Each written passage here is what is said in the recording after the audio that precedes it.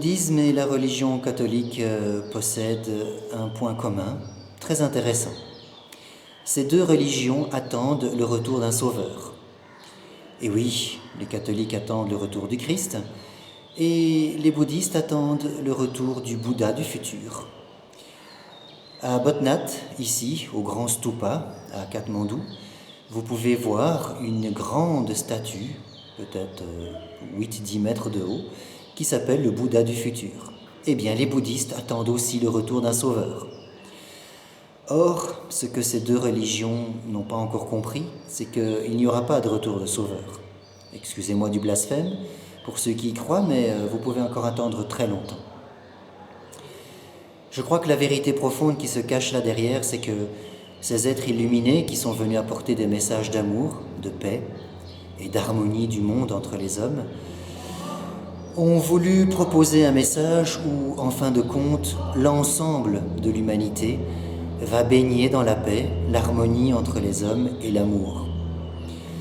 Donc, lorsque l'on entend parler d'un retour du Sauveur ou d'un Messie, je vous assure, vous allez attendre longtemps le retour de ce genre de personnage. La vraie révélation, c'est lorsque l'ensemble de l'humanité, c'est-à-dire qu'un grand nombre d'humains, pourront cohabiter entre eux avec amour, paix et harmonie. Oui, il n'y a pas plus à attendre. Par contre, il y a un immense travail à fournir.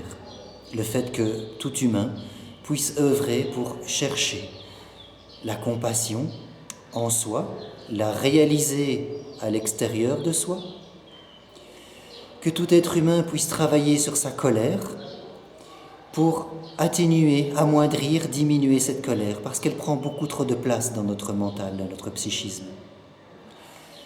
Alors oui, à partir du moment où un grand nombre d'humains auront cessé de vivre dans la colère, à ce moment-là seulement se réalisera ce que l'on appellera le retour de Dieu sur terre.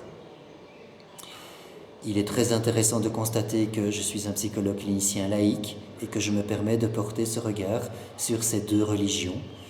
Je les mets en vis-à-vis et je vois leurs grands défauts chacune. C'est qu'elles continuent à proposer que la paix viendra de l'extérieur, ce qu'ils appellent la rédemption. Si nous ne faisons pas la paix avec nous-mêmes, nous n'aurons pas de rédemption extérieure. Ça, c'est une illusion grave et flagrante. Pour lutter contre cette illusion, il faut travailler nous-mêmes, avec nous-mêmes, sur nous-mêmes. Et comme vous l'avez entendu dans les précédentes vidéos, la méditation, l'auto-hypnose, le qigong, le tai chi, le yoga, tout ce que vous voulez utiliser, ou même la prière si vous le désirez, doit vous mener vers un chemin où vous pensez autrement. Cette pensée autre vous fera agir autrement par rapport à vous-même et à autrui. Et dans ce cadre seulement, nous pouvons parler de rédemption pour l'humanité.